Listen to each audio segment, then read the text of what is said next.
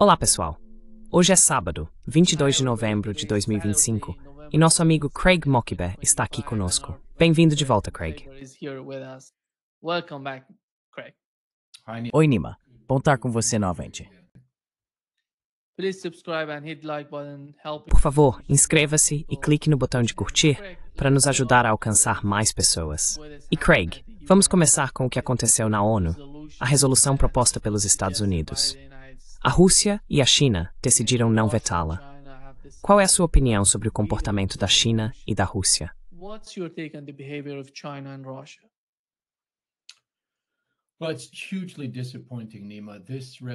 Bem, é extremamente decepcionante, Nima. Essa resolução foi, em uma palavra, uma atrocidade. Ela foi adotada em violação ao direito internacional. Eu argumentei que é ultra vires. Em outras palavras, como não estava em conformidade com os requisitos do direito internacional, o Conselho de Segurança não tinha poder para adotar muitos de seus termos. Foi uma proposta redigida por Donald Trump e seus comparsas, apresentada como uma resolução do Conselho de Segurança e, efetivamente adotada integralmente pelos 15 membros do Conselho, 13 dos quais votaram a favor e, como você disse, 2 membros permanentes com poder de veto se recusaram a usá-lo e apenas se abstiveram.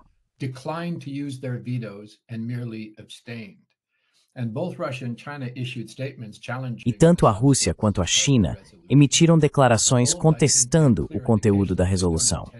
Ambas, ao que me parece, deixaram claro que não pretendem cooperar com o que está previsto nessa resolução. Mas, infelizmente, o que fizeram foi jogar os palestinos aos leões. Agora, por quê? Acho que isso é uma questão de especulação. No entanto, o que sabemos sobre esse processo é que os Estados Unidos usaram todas as recompensas e punições possíveis, todas as ameaças e incentivos. Diplomatas me disseram que foi o caso mais extremo de pressão exercida por Washington sobre os Estados-membros para convencê-los a apoiar essa resolução, ou pelo menos não bloqueá-la, que eles já haviam presenciado. E claro, havia muito em jogo: acordos comerciais e tarifas.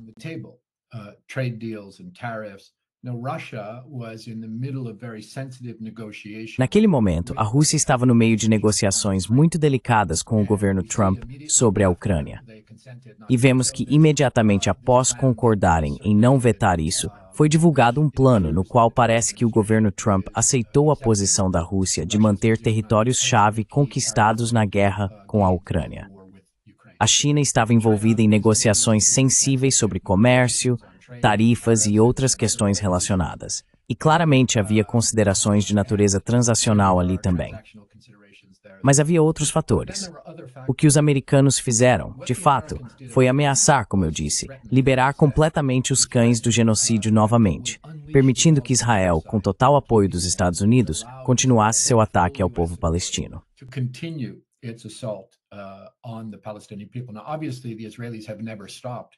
Agora, obviamente, os israelenses nunca interromperam seu ataque, desde que esse chamado cessar-fogo, mediado pelos Estados Unidos, que não é um cessar-fogo de forma alguma, foi anunciado. Israel violou esse cessar-fogo literalmente todos os dias, assassinando centenas de palestinos, destruindo centenas, agora milhares, de estruturas civis palestinas e bloqueando milhares de caminhões de trazer alimentos e remédios tão necessários para o povo palestino. E ainda assim, há essa pretensão por parte do governo dos Estados Unidos, dos políticos ocidentais e da mídia corporativa ocidental de que há um cessar-fogo em vigor. Não há cessar-fogo em vigor. Não há processo de paz.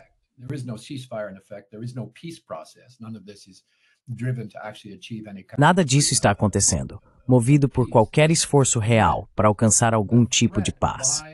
E, ainda assim, a ameaça dos Estados Unidos de liberar completamente a máquina genocida desenfreada dos israelenses sobre Gaza foi outro fator que convenceu algumas delegações a apoiar essa resolução atroz no Conselho de Segurança. Há 2 outros fatores que preciso mencionar aqui. Os palestinos na ONU são representados pela Missão Permanente da Palestina junto à ONU. Essa missão está sob a direção da Autoridade Palestina em Ramallah. Não deveria ser assim. Quem deveria estar representado nas Nações Unidas é o Estado da Palestina. Deveria ser responsável pela política externa.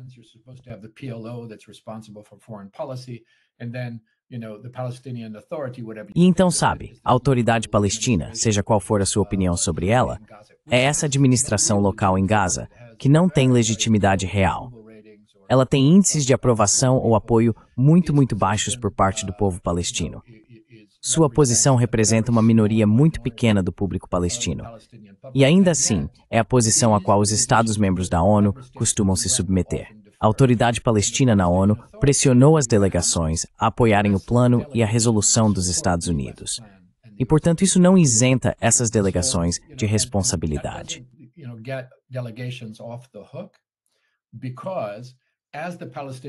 Porque a autoridade palestina, que eles sabem não ter legitimidade dentro da Palestina, os pressionava a apoiá-la. A sociedade palestina apelava ao mundo para rejeitá-la. A sociedade civil palestina, os principais grupos de direitos humanos, os mecanismos de coordenação das ONGs palestinas e todas as facções políticas, exceto aquela controlada por Mahmoud Abbas em Ramallah, assim como todos os grupos de resistência, haviam rejeitado a proposta.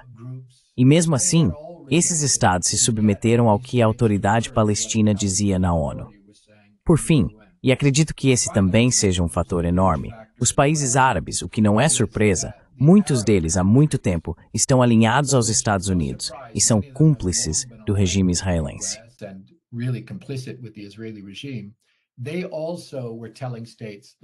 Eles também estavam dizendo aos estados que queriam que isso fosse apoiado. Então você tinha o Egito apoiando. Quando as delegações foram até eles e perguntaram o que devemos fazer, o Egito os incentivou a apoiar a resolução. Depois, havia os sauditas.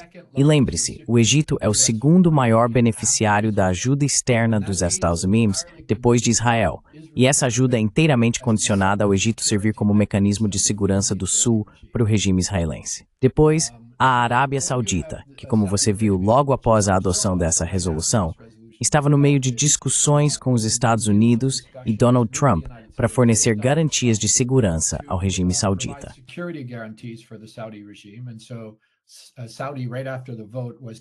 A Arábia Saudita, logo após a votação, foi declarada um importante aliado não pertencente à OTAN dos Estados Unidos, o que significa que os Estados Unidos passariam na prática a garantir sua segurança. O país também estava no meio de negociações com Washington para adquirir caças avançados norte-americanos para o regime. Tudo isso avançou quando Mohammed bin Salman apareceu na Casa Branca 2 dias depois com Donald Trump, onde foi elogiado como um grande líder e recebeu, efetivamente, tudo o que estava em sua lista de desejos. E assim foi com o grupo árabe mais amplo, que abandonou o povo palestino, abandonou o direito internacional e se curvou ao império. Para grande desgosto, não apenas dos palestinos preocupados com seus direitos, mas também de pessoas que seguem o direito internacional e o Conselho de Segurança, e que veem isso como uma espécie de imposição mafiosa, totalmente incompatível com as exigências do direito internacional e com os poderes do Conselho, mas que agora é uma realidade.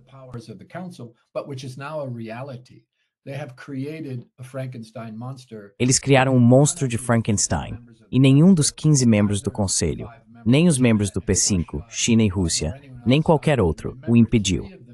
E lembre-se, 3 dos membros do P5 são os Estados, o Reino Unido e a França. Os Estados, coautores do genocídio, e na prática o procurador de Israel dentro do Conselho de Segurança.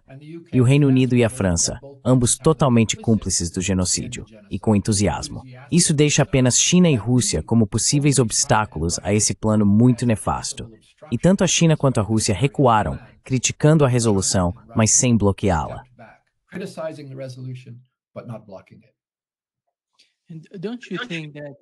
E você não acha que, aos olhos dos russos e dos chineses, eles realmente sentem que essa resolução vai desmoronar? É por isso que eles não precisam se opor a ela, porque querem mostrar como os Estados Unidos são incapazes de implementar ou produzir algo prático.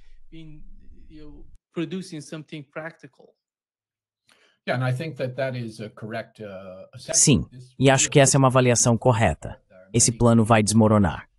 Há muitos momentos-chave em que é muito provável que tudo se desfaça, começando pela tentativa de identificar tropas que queiram se associar ao regime israelense e aos Estados Unidos para atacar o povo palestino, combater sua resistência e ser cúmplices do que é uma continuação do genocídio e do que o Tribunal Internacional de Justiça chamou de ocupação ilegal. Então, acho que eles terão dificuldade em identificar tropas dispostas a fazer isso. Agora, provavelmente vão preencher essa lacuna por outros meios nefastos. Vão identificar algumas tropas, vão usar seus capangas da CIA.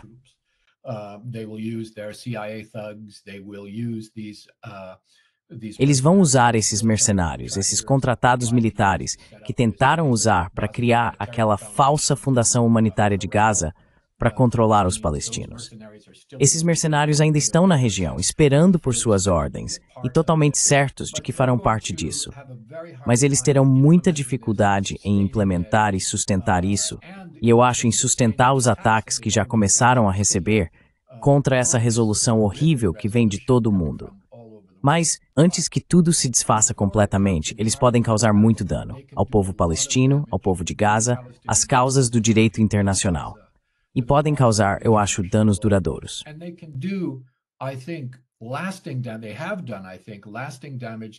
Eles causaram, ao que me parece, um dano duradouro ao Conselho de Segurança da ONU e à sua legitimidade. Porque, veja bem, Nima, pense nisso. O Conselho de Segurança, esse mecanismo criado pelos vencedores da Segunda Guerra Mundial, concedeu aos 5 deles um status muito especial, no qual possuem poder de veto, o que significa que têm impunidade absoluta. O Conselho, que é o único mecanismo de aplicação de sanções no sistema internacional, no sistema da ONU, está totalmente sob o controle deles e, portanto, nunca pode ser usado contra eles ou seus aliados. Em segundo lugar, o Conselho possui tanto poderes legislativos quanto de execução. Ele pode empregar força para impor sua vontade contra os desejos de uma população local. E agora temos um Conselho que saiu do controle. Está operando fora dos limites, das restrições, do direito internacional. As implicações disso para a Palestina já estão se tornando evidentes, mas as implicações para o resto do mundo. E, de fato, para todos nós, a menos que vivam em um país com poder de veto, deveriam assustar todos.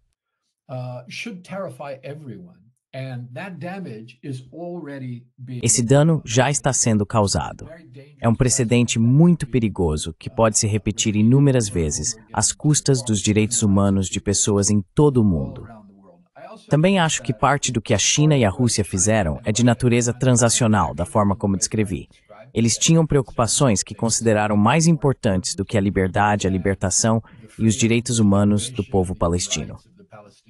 Ambos mantêm relações com o regime israelense em questões de comércio, tecnologia, segurança e assim por diante, o que considero bastante escandaloso neste momento. A Corte Internacional de Justiça declarou que todas essas relações devem ser cortadas até que Israel cumpra o direito internacional, do qual está em violação.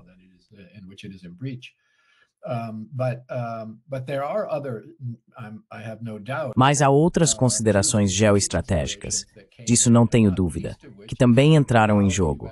E não menos importante, permitir que os Estados Unidos continuem gastando seus recursos nesse poço sem fundo de consumo de segurança israelense, acabando presos em mais um fracasso, distraindo suas capacidades militares e de inteligência, tudo com a consciência de que, no fim, tudo isso será desperdiçado, será em vão.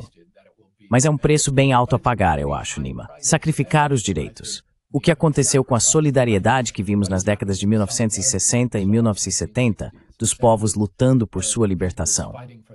O que aconteceu com a disposição de enfrentar o regime imperial dos Estados Unidos. E ele está se comportando pior do que um império. Está agindo como uma máfia, usando, quero dizer, não apenas na Ásia Ocidental, mas também no Caribe e além.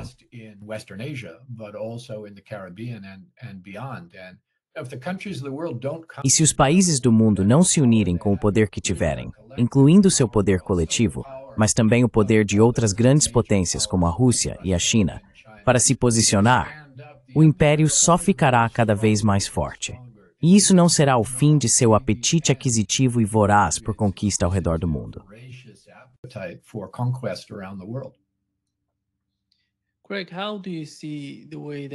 Craig, como você vê a forma como o BRICS, a OCS ou talvez a ONU podem cooperar e se ajudar mutuamente?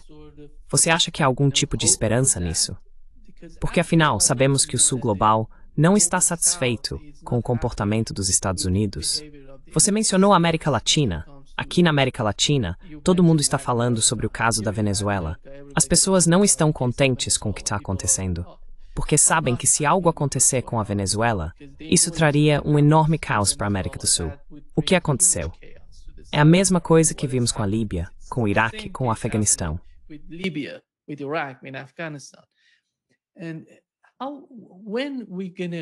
E quando é que vamos nos unir, todas essas instituições se unindo, para chegar a algum tipo de entendimento mútuo que ajude a causa da Palestina?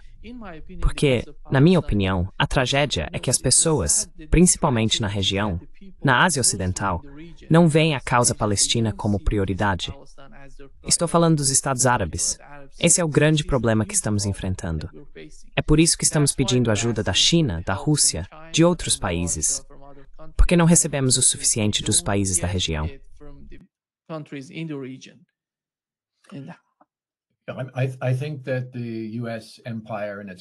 Acho que o Império dos Estados Unidos e seus aliados ocidentais jogaram esse jogo muito bem. Eles adotaram uma abordagem de longo prazo que remonta a décadas, em que é possível ver como, de forma sistemática, eles ou capturaram os governos dos países da Ásia Ocidental, ou, quando não conseguiram capturá-los, simplesmente os destruíram. Usando Israel como a ponta de lança nesses projetos coloniais e imperiais na Ásia Ocidental, eles agora basicamente controlam os países ricos em petróleo do Golfo.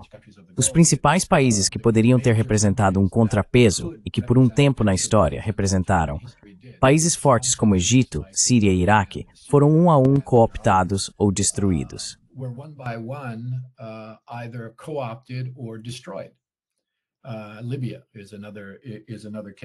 A Líbia é outro exemplo disso.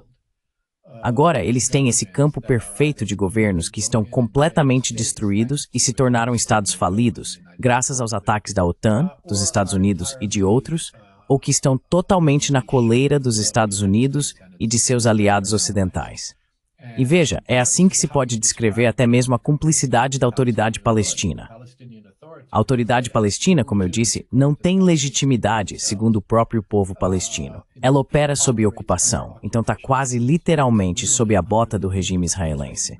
Está muito sob o controle dos americanos, que a dirigem e controlam em muitos níveis.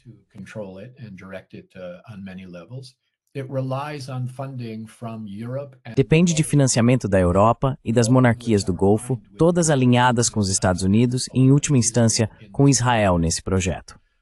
Então, o que você espera?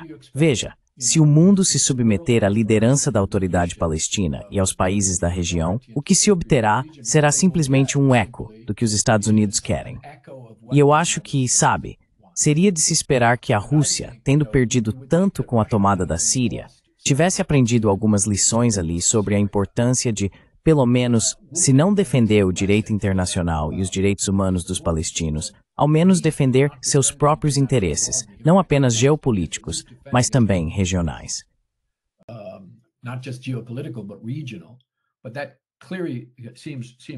Mas isso claramente não parece ser o caso. O caso que mais me chama a atenção é o da Colômbia, que, assim como a Venezuela, está na mira dos Estados Unidos.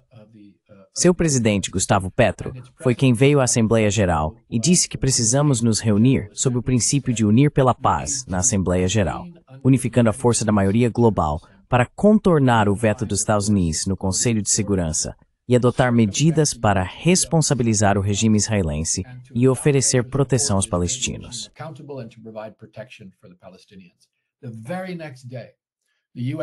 No dia seguinte, os Estados Unidos o atacaram, cancelando seu visto, e então começaram uma série de ameaças, implícitas e às vezes explícitas, que iam desde um golpe de Estado até a prisão do presidente, a derrubada do governo, mudanças de regime e assim por diante.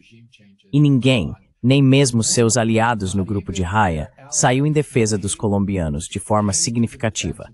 Ninguém mais levou adiante a proposta, que, como você sabe, acabou morrendo na praia por causa disso.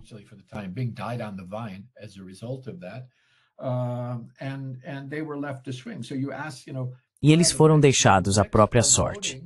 Então você pergunta, onde estão os BRICS? Bem, os BRICS estão votando em resoluções como esta, certo? Você sabe, Rússia e China, por exemplo. Onde está o restante do grupo de Haia? Eles estão fazendo declarações muito principiadas e tomando algumas medidas internas, mas não estão se unindo a outros para enfrentar esse eixo EU-Israel que está levando o mundo à Terceira Guerra Mundial. O Fórum de Cooperação de Xangai, sob a liderança dos chineses, veja novamente, aquilo foi uma abstenção, não um veto. Isso deveria ter acontecido aqui.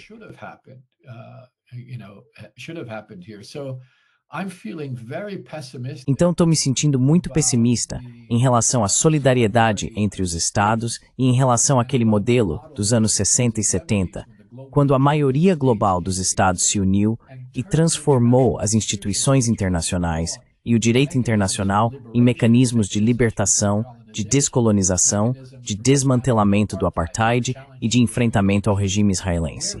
Onde está essa maioria global agora? Parece que não está em lugar nenhum. Mas isso também revela outra coisa, Nima, que é o fato de sabermos, pelas ações das pessoas ao redor do mundo, pelas pesquisas de opinião pública, por tudo que tem acontecido ao longo desses 2 anos de genocídio, que os povos do mundo estão ao lado da Palestina e estão horrorizados com e em oposição ao regime israelense e, por extensão, ao papel do governo dos Estados Unidos em tudo isso.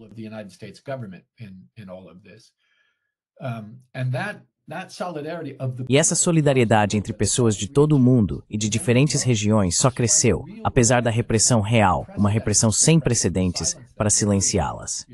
Você sabe, expulsar pessoas de universidades, suspender pessoas, prender pessoas, liberar a polícia para espancá-las, deportar pessoas, demitir pessoas, difamá-las como apoiadoras do terrorismo e como antissemitas. Todas as táticas com as quais já estamos familiarizados. Mesmo assim, esse movimento só cresceu. Isso mostra 2 coisas. Mostra como o mundo realmente está do lado da Palestina em tudo isso, mas também mostra como os governos de todas as regiões são pouco representativos de seus próprios povos. E esse é o desafio, eu acho, para a próxima era.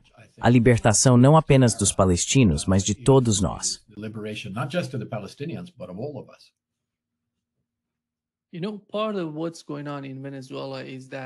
Sabe, parte do que está acontecendo na Venezuela, na minha opinião, e como isso se relaciona com o caso da Palestina, é essa ideia por parte do governo israelense de que a esquerda é contra eles. É por isso que eles sentem que precisam reprimir, destruir esses governos que tendem à esquerda. É o mesmo na Colômbia, em Cuba, na Venezuela. Aqui no Brasil falam do Lula do mesmo jeito. Mas, Craig, para um país como o Brasil, onde eu moro, de certa forma o que está acontecendo não é realmente sobre a esquerda. É algo enorme. A mudança que vem acontecendo desde 7 de outubro.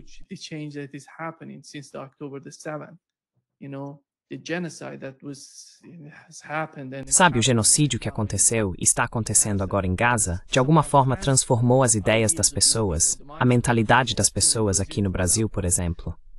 E eles não podem mudar isso, derrubando governos na América Latina. Mas e os Estados Unidos?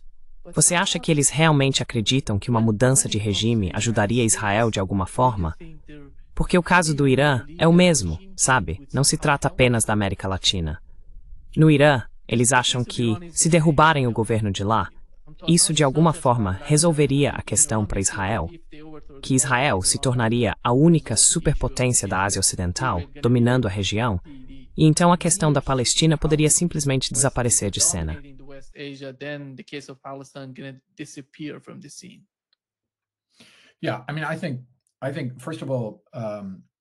Sim, quer dizer, eu acho que, antes de tudo, se você observar as forças no coração do Império, há uma sobreposição.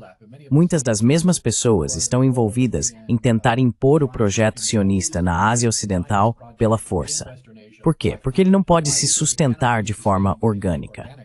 É uma colônia de colonos estrangeiros, um regime etnossupremacista no coração de uma região habitada por pessoas que não fazem parte do grupo etnonacionalista que eles estão defendendo. Portanto, não é sustentável de nenhuma outra forma, exceto pela força, inclusive até o genocídio.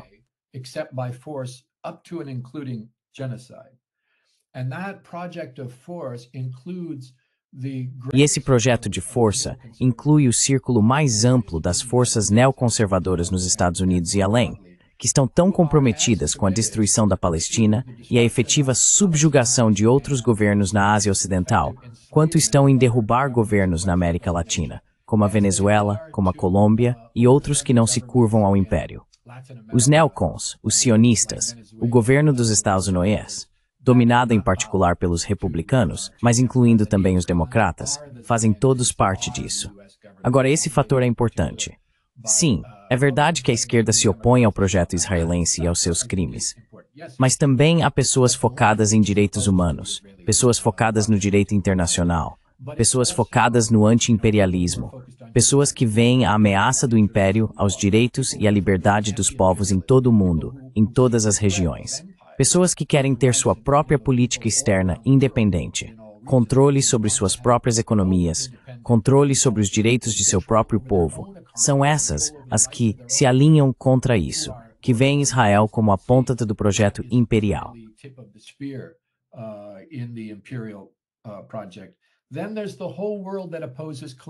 Depois, há todo o mundo que se opõe ao colonialismo. E veja, é aqui que o Sul Global, instintivamente, os povos do Sul Global, sempre se alinharam e ainda se alinham com o povo da Palestina.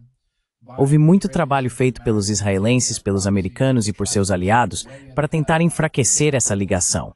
Por exemplo, esforçando-se bastante para difundir a ideologia do sionismo cristão pela África, pelos estados insulares do Pacífico e assim por diante. Ainda assim, a maioria dos povos do Sul Global, os anteriormente colonizados, assim como os irlandeses e outros, instintivamente se posiciona contra o colonialismo e, portanto, ao lado dos palestinos. Mas o que também está sendo ignorado é que não se trata apenas dessas forças, nem apenas da esquerda, nem apenas das pessoas ligadas ao direito internacional e aos direitos humanos.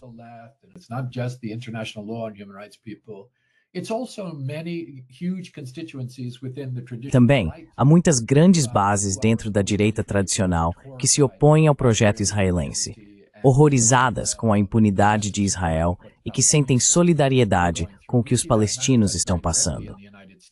Vemos isso se manifestar de forma muito direta nos Estados Unidos, onde vozes importantes da direita, incluindo pessoas do movimento MAGA, o movimento Make America Great Again, liderado por Donald Trump, estão muito explicitamente alinhadas contra o regime israelense, seu projeto, o apoio dos Estados Unidos a esse projeto, e em solidariedade ao povo palestino que sofre.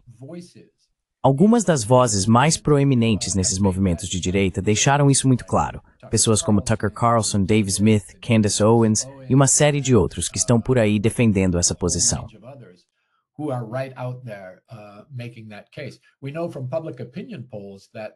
Sabemos, a partir de pesquisas de opinião pública, que a grande maioria dos democratas nos Estados Unidos, que não é um partido de esquerda ou progressista, mas sim um partido de centro-direita pelos padrões globais, é corporativista, neoliberal e, em geral, neoconservador em política externa. E ainda assim, a esmagadora maioria dos democratas rejeita o projeto israelense e se alinha mais com o povo palestino. Agora, apesar de todo o trabalho nefasto realizado ao longo de décadas para capturar a direita e o Partido Republicano, um número crescente de republicanos declara abertamente que rejeita o projeto israelense, muitos por razões que podemos chamar de direitos humanos e oposição ao genocídio e à ocupação. Muitos outros o fazem porque veem esse grau sem precedentes de controle sobre a política externa dos Estados Unidos, exercido por procuradores israelenses, como uma afronta à sua ideia do que chamam de América em primeiro lugar, o que consideram bastante humilhante.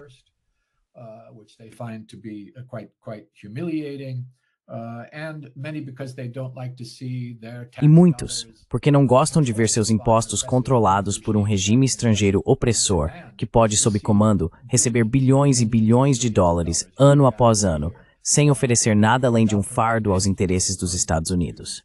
Então, as coisas estão mudando entre o povo. Infelizmente, porém, Nima, não entre os estados, governos e instituições poderosas que não representam o povo. Sabe, a humanidade sempre das vítimas do genocídio na Palestina.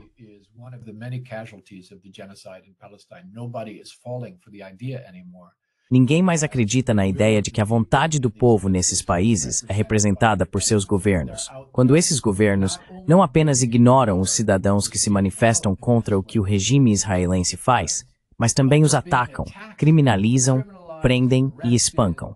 Pessoas demitidas de seus empregos, expulsas, deportadas, tudo isso apenas por se manifestarem. Quando um país usa sua força contra seus próprios cidadãos em nome de um regime estrangeiro para negar os direitos de seu próprio povo, então o véu é levantado e as pessoas começaram a perceber isso, à esquerda, à direita e ao centro.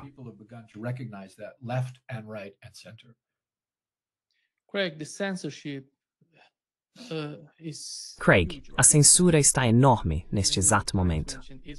Até o New York Times mencionou que Israel aparece em 99,5% das manchetes relevantes e a Palestina em apenas 0,5%.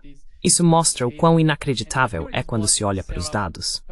E aqui está o que Sarah Hurwitz, a ex-redatora de discurso de Obama, disse sobre a forma como eles podem controlar a mídia.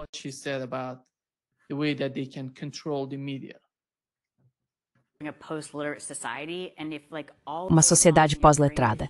E se, tipo, o dia inteiro o seu cérebro é bombardeado repetidamente pelo TikTok, com cenas realmente perturbadoras de carnificina em Gaza, então, tipo, lá está você falando, e não quero ser gráfico ao dizer isso, mas quando tento fazer argumentos em favor de Israel, percebo que estou falando através de uma parede de crianças mortas. É isso que as pessoas estão vendo.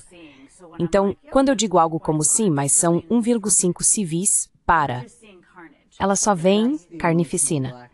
Mas isso é a chantagem emocional. Quero dizer justo, mas novamente estou ouvindo isso através de uma parede de crianças gritando. É um argumento mais difícil do que estamos entendendo. Então, na verdade, eu realmente acredito que as escolas judaicas deveriam absolutamente determinar que nenhuma criança tenha um smartphone até o último ano do ensino médio. Elas não possuem um ponto final. Nós o entregamos a elas no último ano e as ensinamos.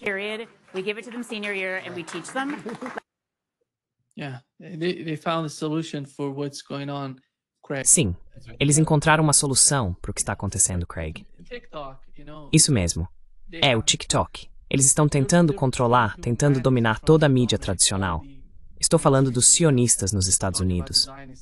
Mas vamos voltar às origens, porque muitas pessoas acham que o que aconteceu em 7 de outubro foi a raiz do movimento. Craig, qual era a situação na Palestina no dia anterior a 7 de outubro? E qual foi a necessidade do que aconteceu?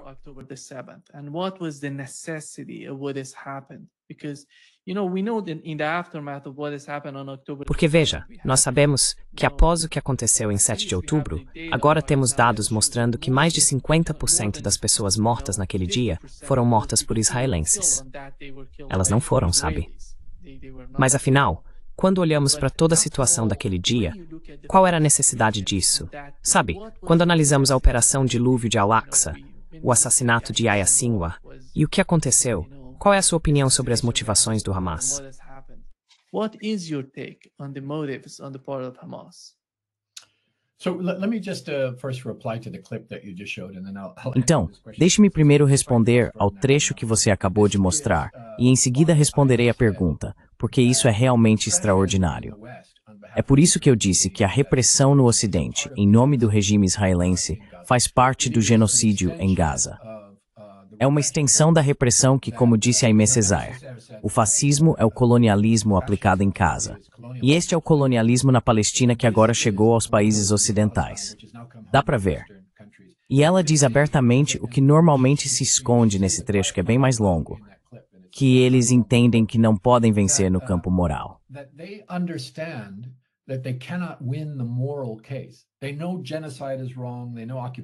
Eles sabem que o genocídio é errado. Eles sabem que a ocupação é errada.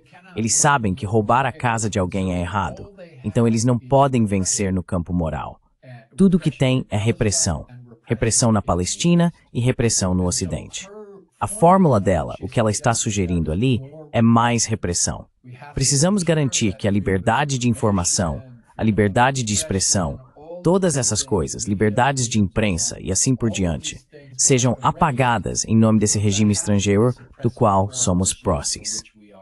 E ela diz isso diretamente em voz alta.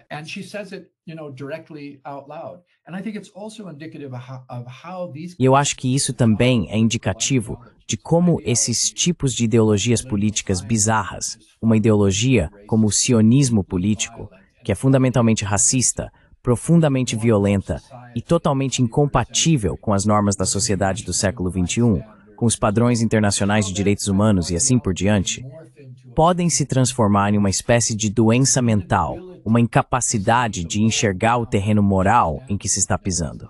Como muitas pessoas descrevem a sociopatia, os sociopatas, eles simplesmente não conseguem ver o terreno moral em que estão. E esse tipo de conversa está por toda parte.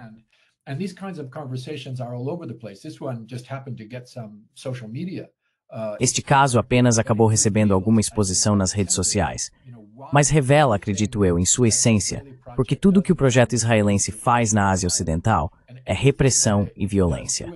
E tudo o que faz por meio de seus representantes no Ocidente também é repressão e, muitas vezes, violência.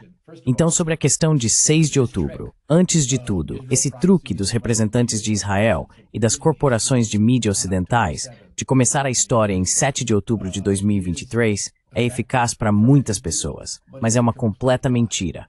Veja, 2023, antes de outubro, já era o ano mais mortal e sangrento na Palestina em muito tempo, porque o regime israelense havia intensificado sua repressão, tanto na Cisjordânia, quanto apertado ainda mais o controle sobre Gaza, mesmo antes de 7 de outubro chegar.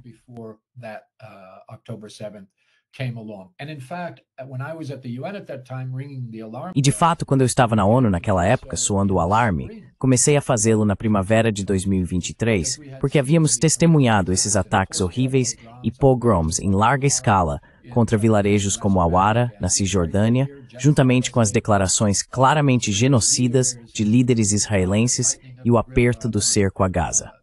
Tudo isso estava acontecendo muito antes de 7 de outubro. Então, quando 7 de outubro chegou, o que se viu foram grupos de resistência palestinos conquistando algumas vitórias militares importantes. Isso nunca é mencionado. Eles escaparam da jaula que era Gaza. E era uma jaula.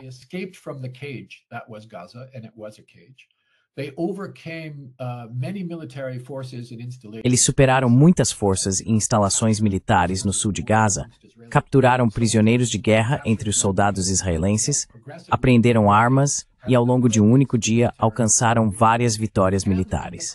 No processo, quando Israel respondeu horas depois, aplicou sua diretriz Hannibal, matando tudo que estava no solo, inclusive seus próprios civis, usando mísseis Hellfire, helicópteros Apache, tanques e artilharia para atacar não apenas os combatentes palestinos, mas qualquer pessoa na área.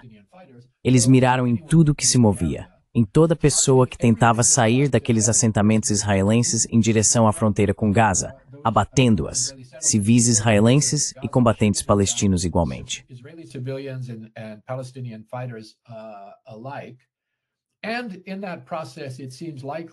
E nesse processo, parece provável que alguns dos combatentes palestinos também não tenham distinguido entre civis e militares israelenses, o que resultou em baixas significativas.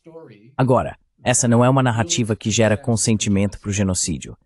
Então, imediatamente, o regime israelense criou uma história fabricada, uma história de 1.400 civis brutalmente assassinados pelo Hamas.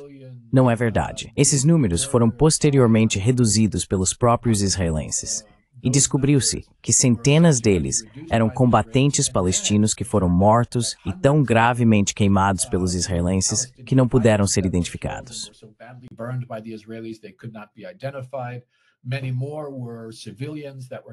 Muitos outros eram civis que foram mortos pelos israelenses durante a execução da sua diretriz Hannibal. Muitos outros eram soldados israelenses, não civis. Então, eles divulgaram isso, dizendo que havia, 1.400 civis assassinados pelos palestinos. Depois inventaram uma série de histórias, tipo, bebês decapitados, bebês colocados em fornos, bebês arrancados do ventre das mães, bebês pendurados em varais. Aliás, essas são todas histórias clássicas que já foram usadas em genocídios anteriores para justificar, discursos genocidas. Tudo isso acabou se revelando completamente falso. Eles divulgaram uma história sobre uma campanha de estupros em massa pelo Hamas em 7 de outubro.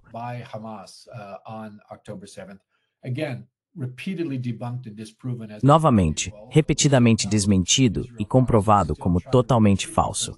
Embora às vezes procuradores israelenses ainda tentem repeti-lo, porque fizeram uma série de pesquisas para identificar o que causava a maior repulsa entre as pessoas no Ocidente. E o que descobriram foi que eram o estupro e a agressão sexual. Isso se revelou falso, mas não os impediu de escrever e espalhar a história, e não impediu as corporações de mídia ocidentais de, obedientemente e sem qualquer verificação, repetir essas histórias repetidas vezes para fabricar consentimento para o genocídio. E esse foi precisamente o papel que desempenharam. Por quê? Porque Israel não poderia perpetrar ou sustentar seu genocídio sem o apoio ocidental, especialmente dos Estados, do Reino Unido e da Alemanha.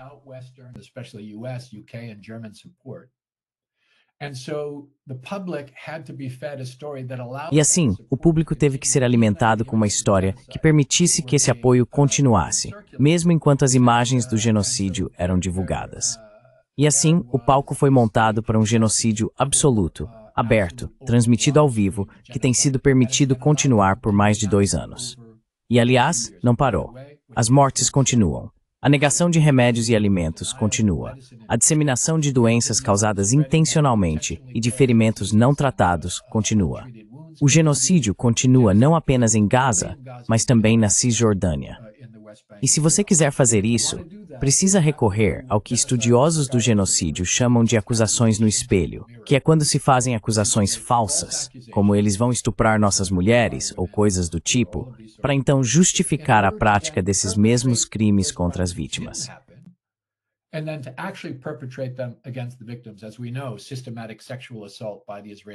Como sabemos, o estupro sistemático cometido por israelenses contra palestinos, pessoas sendo queimadas vivas, a vitimização dos palestinos, o assassinato de dezenas de milhares de crianças pelos israelenses, isso é uma acusação no espelho. É um elemento comum em genocídios ao longo da história e tem sido usado de forma muito eficaz aqui também. O dia 7 de outubro é apenas um dia na história entre muitos outros. Os palestinos têm suportado seu próprio 7 de outubro há 80 anos. Massacre após massacre, assassinato após assassinato. Milhares de palestinos mantidos em campos israelenses de morte e tortura ao longo da história e ainda hoje. Mas nada disso se encaixa bem na narrativa fabricada do 7 de outubro, que foi criada especificamente para permitir um genocídio em Gaza e justificar as atrocidades israelenses.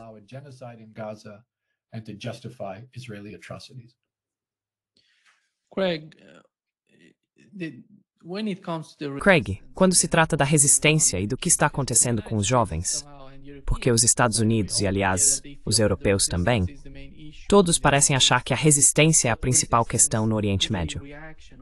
Mas a resistência é uma reação das pessoas que vivem naquela região, que estão vendo seus irmãos e irmãs sendo, você sabe, submetidos a um genocídio pelo regime israelense.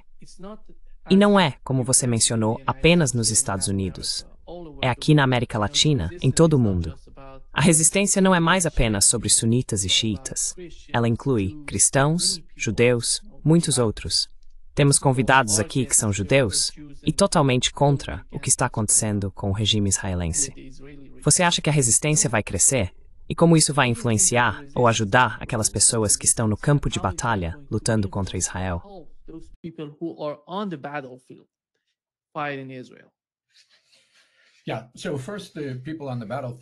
Sim, então primeiro, as pessoas no campo de batalha, a resistência armada na Palestina, atuam sob a autoridade do direito internacional. Isso muitas vezes é ignorado, especialmente na mídia ocidental e nas declarações ocidentais.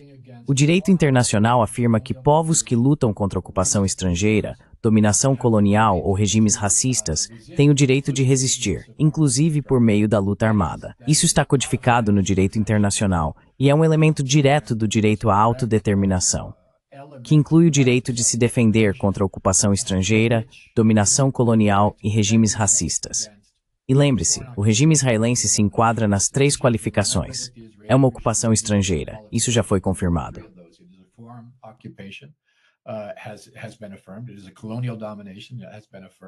É uma forma de dominação colonial, isso já foi confirmado. E eles praticam o apartheid e a segregação racial, conforme reconhecido pela Corte Internacional de Justiça. Portanto, o povo palestino tem o direito de resistência armada contra esse regime. Ao fazê-lo, deve respeitar as regras do direito humanitário internacional, mas tem o direito de usar a força armada contra esse regime. E o mundo tem o direito de ser solidário com essas ações, tanto como questão de direito internacional dos direitos humanos, quanto sob a Carta das Nações Unidas. Então observe todos os regimes colonizados ao longo dos anos. Veja o regime de apartheid na África do Sul. Havia duas camadas de resistência.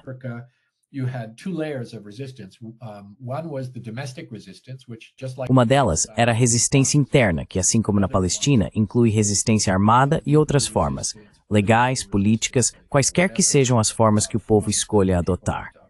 E então há a solidariedade internacional com essa resistência, que ajudou a descolonizar países. O movimento anti-apartheid costumava ser muito forte no apoio à causa palestina, e agora está se fortalecendo novamente, mais a cada dia. E você tem razão, há um esforço de propaganda por parte de Israel para fingir que representa, que é um Estado judeu representando o povo judeu. Israel não representa o povo judeu. Israel é um Estado e é responsável por seus próprios crimes. Deve ser responsabilizado por esses crimes. Eles não têm o direito de agir em nome de nossos irmãos e irmãs judeus ao redor do mundo, de forma alguma.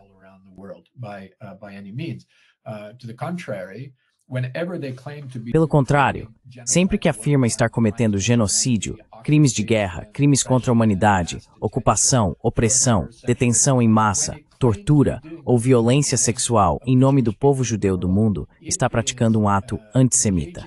Isso alimenta o antissemitismo em todo o mundo. É por isso que tantas pessoas judias, primeiro porque acreditam nos direitos humanos e se solidarizam com o povo palestino, mas também porque não querem que seus nomes sejam associados a esse regime atroz, esse regime israelense atroz, têm se manifestado. Vozes judaicas têm estado na linha de frente em países de todo o mundo, opondo-se e rejeitando o regime israelense, rejeitando a ideologia política do sionismo e exigindo responsabilização do regime israelense e reparação para o povo palestino. Isso tem sido verdade em todos os lugares.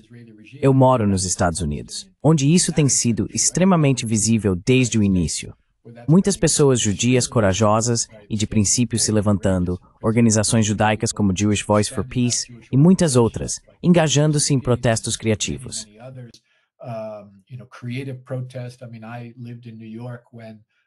Quero dizer, eu morava em Nova York quando eles ocuparam a Grand Central Station, quando ocuparam a Estátua da Liberdade, exigindo que o regime israelense fosse interrompido e responsabilizado, e exigindo libertação para o povo palestino.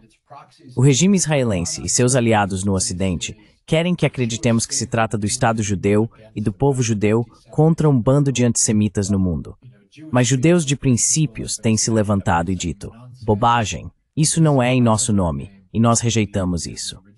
Esta é uma luta entre um regime estrangeiro opressor, envolvido em uma série de crimes internacionais e atrocidades em massa. Um regime que não tem legitimidade, porque não representa parcelas significativas da população daquela terra e que deve ser desmantelado. E é isso. A maior parte do seu dano é causada ao povo palestino indígena, mas também causa muito mal aos nossos irmãos e irmãs judeus ao redor do mundo. Yes, é uma boa razão para te expor.